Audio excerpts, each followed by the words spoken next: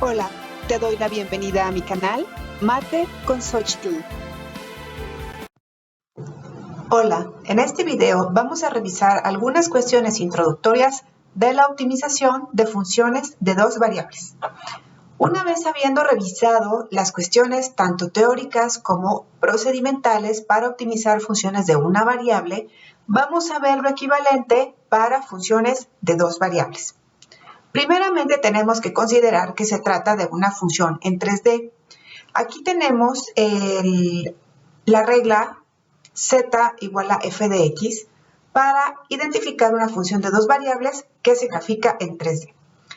Este punto P está identificado como x0, y0, f de x0, y0, que equivale a la z o al valor de salida correspondiente a estos dos valores de entrada en la función. Podemos observar que en esta figura la parte proporcional de la gráfica nos muestra un máximo relativo. Aquí es donde vamos a relacionar estos conceptos. Podemos trabajar y analizar dónde los intervalos de una función son crecientes o decrecientes y en términos generales lo que más nos interesa trabajar son los extremos relativos y hay que recordar que los extremos abarcan tanto los mínimos como los máximos. Algo muy importante a considerar en este aspecto es que cuando estamos trabajando con funciones de dos variables, lo que vamos a encontrar en general son ternas ordenadas.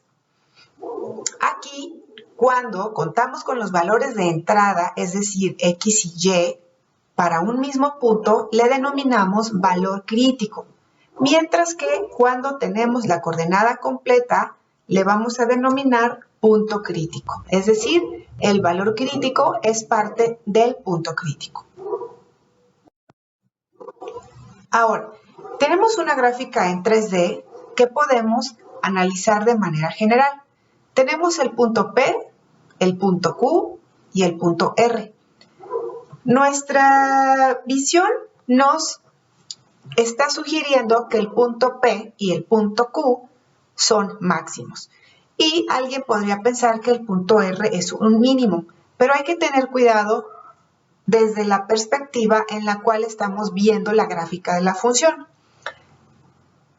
El punto R, si es observado desde el plano compuesto por X y Z, equivale a estarla viendo en este ángulo o desde esta perspectiva, lo que observamos es que efectivamente hay un mínimo allí.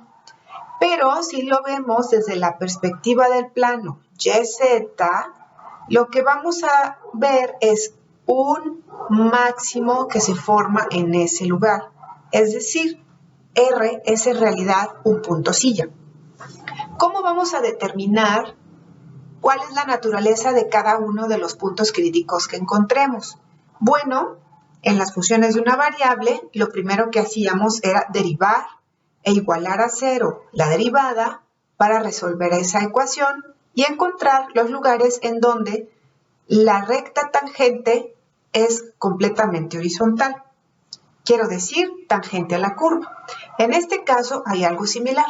Condiciones de primer orden para extremos de funciones de dos variables. La condición necesaria para que una función cualquiera de dos variables diferenciable tenga un máximo o un mínimo en un punto específico requiere que derivemos e igualemos a cero.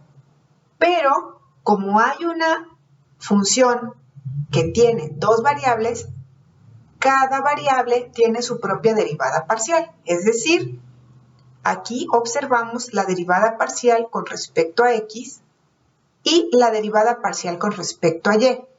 Ambas están igualadas a cero y aquí estamos viendo esta notación que indica que hemos encontrado el lugar específico donde esto ocurre.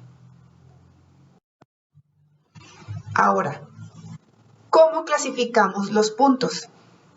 Bueno, vamos a partir de esta expresión, que es la última que revisamos en la diapositiva anterior, en la que ya tenemos los valores críticos, o sea, derivamos, igualamos a cero las derivadas y resolvimos lo que queda que se conoce como sistema de ecuaciones.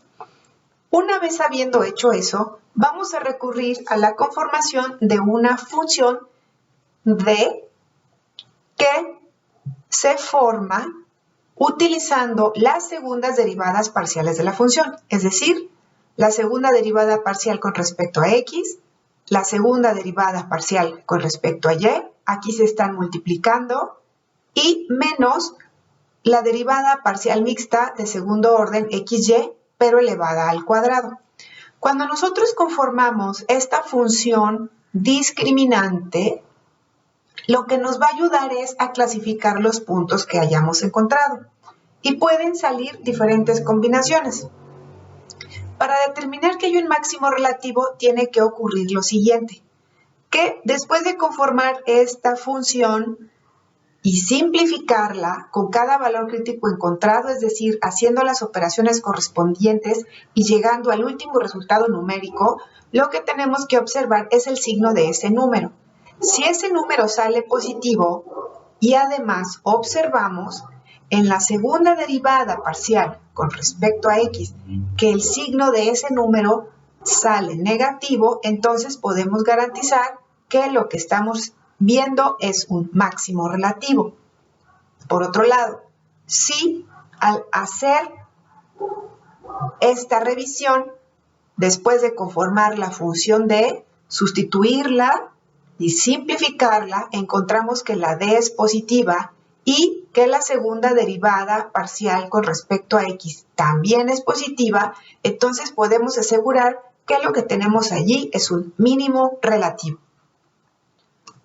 En otro caso, cuando encontramos que d es negativa, entonces automáticamente encontramos un punto silla. Ya no tenemos que ir a revisar la segunda derivada con respecto de x. Mientras que el último caso es cuando d sale 0. Estos son puntos sin clasificación. Esto significa que no podemos saber la naturaleza del punto crítico encontrado.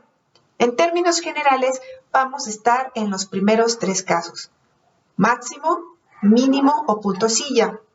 Noten, porque es importante, que para máximo o mínimo hay un dato común, que es que la d es positiva. La única diferencia entre las dos es que la segunda derivada con respecto a x sí cambia de signo. De esta manera y de forma muy simplificada, podemos hablar de cuáles son las condiciones y los procedimientos para optimizar funciones de dos variables. Parece un tanto complicado, pero notarás que es muy sencillo una vez que hayas realizado algunos ejercicios. Es todo por el momento. Gracias por tu atención. Hasta la próxima.